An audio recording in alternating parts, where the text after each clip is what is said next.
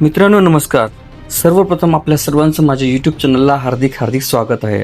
आजच्या व्हिडिओमध्ये आपण 8वा वेतन आयोग हा कधी लागू होणार आहे या संदर्भातला आजचा हा व्हिडिओ आहे. पण व्हिडिओला सविस्तर बघण्यासाठी कृपया आपण व्हिडिओला सुरुवातीपासून शेवटपर्यंत पाहावा लागेल.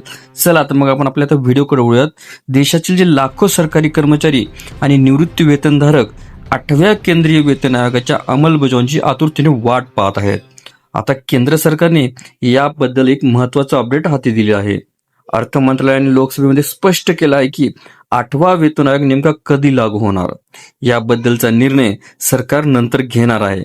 याशिवाय आयोगाच्या ज्या शिफारसींना सरकार मान्यता देईल त्याची अंमलबजावणी करण्यासाठी आगामी अर्थसंकल्पामध्ये पुरेसा निधी उपलब्ध करून दिला जाईल असंही मंत्रालयाने स्पष्ट केलं. यापूर्वी 8वा वेतन आयोग 1 जानेवारी 2026 पासून लागू होऊ शकतो असे संकेत मिळाले होते. मात्र मंत्रालयाच्या ताज्या स्पष्टीकरणामुळे निश्चित तारीख पुढे ढकलली गेली आहे.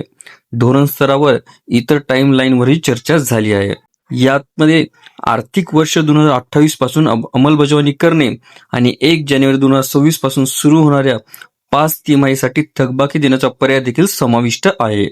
मंत्रालयाने आपल्या नवीन निवेदनामध्ये कोणतीही विशिष्ट तारखेची पुष्टी केलेली नाही. मंत्रालयाच्या माहितीनुसार 8वा वेतन आयोग त्याची स्थापना तारीख म्हणजे 3 नोव्हेंबर 2025 पासून 18 महिन्याच्या आत आपला अहवाल सरकारला सादर करणार आहे. सरकारने यापूर्वीच हा आयोग अधिकृतपणे अधिसूचित केला असल्याचे स्पष्ट केले आहे. कर्मचाऱ्यांच्या महागाई भत्त्याचे किंवा निवृत्ती वेतनधारकाच्या महागाई निवारण भत्त्याचे त्यांच्या मूळ वेतनामध्ये विलीनीकरण करण्याचा कोणताही प्रस्ताव सध्या विचाराधीन नाही हे मात्र सरकारनं स्पष्ट केले. नवीन वेतन आयोग लागू झाल्यानंतर सरकारी तिजोरीवर पडणाऱ्या आर्थिक भाराबद्दल चिंता वाढत आहे. पंतप्रधानांच्या आर्थिक सल्लागार परिषदेचे सदस्य यांनी सांगितले की जर 8वा वेतन आयोग आर्थिक वर्ष 2028 मध्ये लागू झाला तर याचा सरकारी वित्तावर मोठा दबाव पडेल. त्यांचा अंदाज आहे की केंद्र आणि राज्यावर एकूण 4 लाख कोटीहून अधिकचा बोजा पडणार आहे.